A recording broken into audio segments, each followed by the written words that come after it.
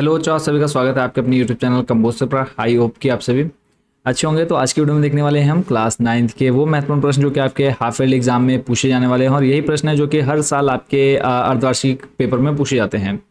तो total 4 PDF हमने आप लोग के लिए प्रिपेयर किए जो कि आपके इंपॉर्टेंट रहेंगी हाफ ईयरली एग्जाम में। तो बात करें पीडीएफ कौन कौन सी है। पहली पीडीएफ है जिसमें आपके महत्वपूर्ण निबंध सारे कवर किए हुए हैं। दूसरी पीडीएफ जिसमें आपका ग्रामर सेक्शन पूरा कवर है। तीसरी जिसमें आपके काव्यखंड गद्यखंड वाले यानी कविता और कहानी वाले टोटल जो बुक है आपकी वो का इसमें हमने कवर की हुई है। चौथी पीडीएफ जो आपका संस्कृत है हिंदी में, चौथी पीडीएफ में वो सारे इंपॉर्टेंट क्वेश्चन वो आपको देखने को मिल जाएंगे। तो कोशिश करेंगे ज़्यादा से ज़्यादा क्वेश्चन हम कवर करने के। बाकी जो बच्चे इन सभी पीडीएफ को या फिर सारे क्वेश्चंस को एक्सेस करना चाहते हैं, आप 50% डिस्काउंट के साथ इन पीडीएफ को ले सकते हैं। और पीडीएफ लेने के लिए सिंपली आप स्क्रीन पर व्हाट्सएप नंबर देख पा रहे होंगे। इस व्हाट्सएप नंबर पर आपने मैसेज कर देना है और आपने अपनी क्लास और सब्जेक्ट बता देना है।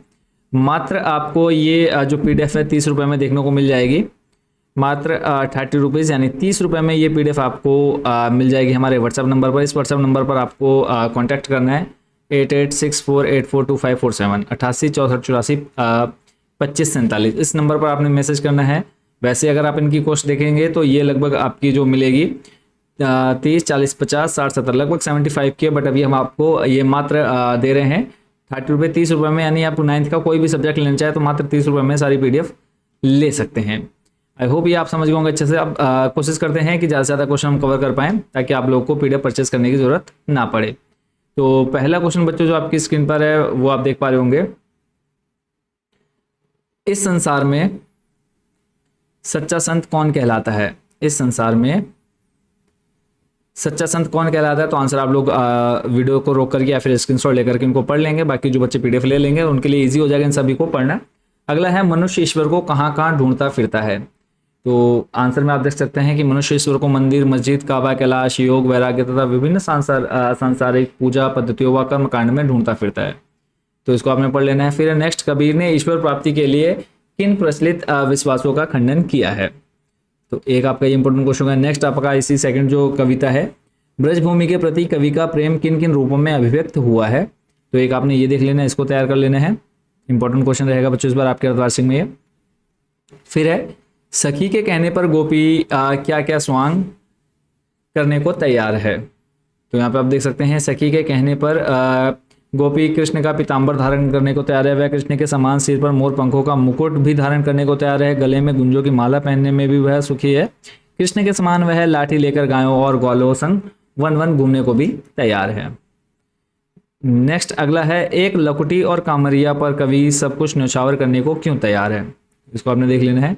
चलते हैं नेक्स्ट अगला है, कोयल की कूक सुनकर कवि की क्या प्रतिक्रिया थी? उसके बाद अगला जो प्रश्न देखेंगे, देखो आंसर पे हम इसलिए नहीं जा रहे हैं क्योंकि ज़्यादा डिटेल में जाएंगे तो बहुत ही कम क्वेश्चन कवर हो पाएंगे, और हमारी कोशिश है कि ज़्यादा से ज़्यादा आपको इंपॉर्टेंट क्वेश्चन हम प्रोवाइड करा दें। बाकी आप आंसर तो पीडीएफ परचेस करके या फिर वीडियो रोक करके भी पढ़ सकते हैं। प्रश्न आपका, कवि माखनलाल चतुर्वेदी ने कोयल के स्वर को शंखनाद की संज्ञा क्यों दी है? तो एक आपका ये है जो कि इंपॉर्टेंट रहेगा। फिर है, पंत जी ने गाँव को हरता जनमन क्यों कहा है?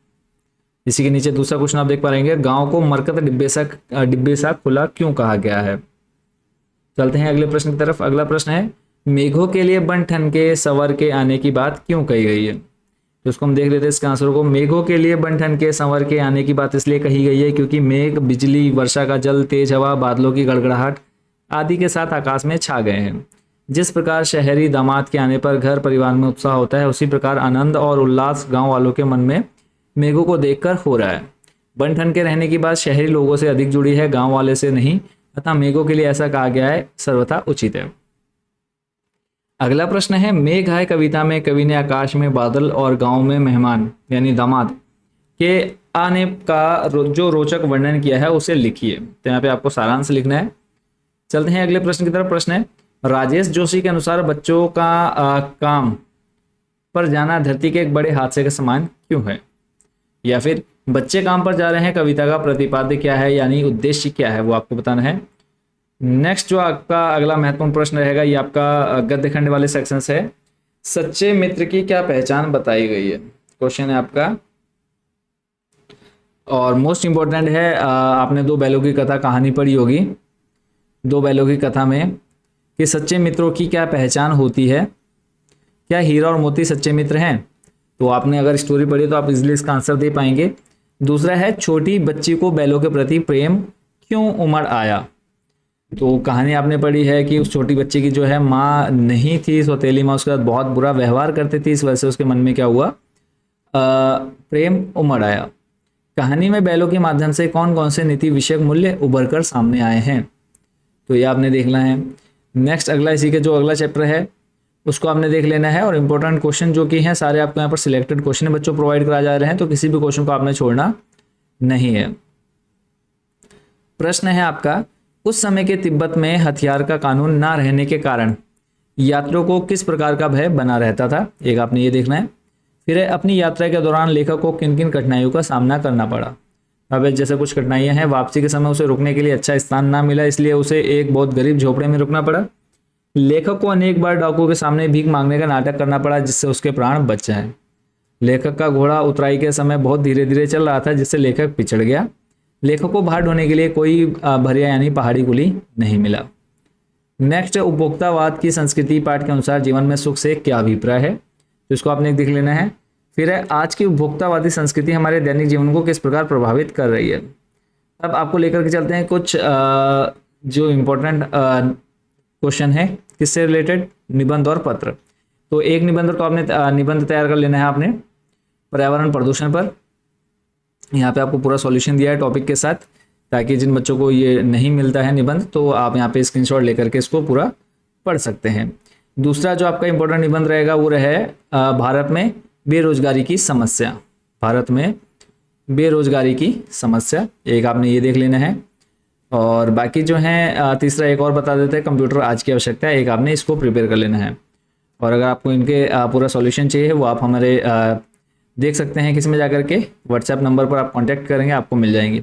इसके बाद जो आपके महत्वपूर्ण पत्र हैं वो है, अपने विद्यालय के प्रधानाचार्य को 15 दिन के अवकाश के लिए प्रार्थना पत्र लिखिए, एक आपने ये तैयार करना है, ये पूरा आंसर है। दूसरा है आपका पेयजल की समस्या के समाधान के लिए अपने नगराध्यक्ष को पत्र लिखिए, 2। बाकी अगर और चाहिए वो आपको उसमें मिल जाएंगे पीडीएफ में। आई होप बच्चों इतने क्वेश्चन आप अच्छे से प्रिपेयर कर लेंगे। बाकी अगर कोई डाउट रहेगा, कोई क्वेश्चन आपके मन में रहेगा वो आप हमें कमेंट बॉक्स में पूछ सकते हैं। कुछ क्वेश्चन और इसमें हम देख लेते हैं ग्रामर सेक्शन में। और जैसे यहाँ पे आप देख रहे हैं हिंदी में आपका उपसर्ग के समान प्रयोग किए जाने वाले संस्कृत यहाँ पे आ जाएंगे, शब्दांश आ जाएंगे, ये सारा आपका ग्रामर सेक्शन है। प्रत्यय आपका आता है 2 नंबर का, उपसर्ग और प्रत्यय। तो अन हो गया, अंत, आई, आऊ, आन, आवट, आवना, तो इनमें से आपने ये सारे एक बार पढ़ लेने हैं, ठीक है। उसके बाद नेक्स्ट है आपके समास। समास क्या होता है? तो समास का अर्थ क्या होता है? 2 या 2 से अधिक शब्दों अथवा वाक्यांशों को संक्षिप्त करके उनसे एक नया शब्द बनाने की प्रक्रिया समास कहलाती है। कितने प्रकार के होते हैं, कितने पद होते हैं, वो आप यहाँ पे पढ़ पाएंगे, ठीक है। तो मिलते हैं बच्चों नेक्स्ट वीडियो में, और इतने क्वेश्चन को आप अच्छे से प्रिपेयर कर लेंगे।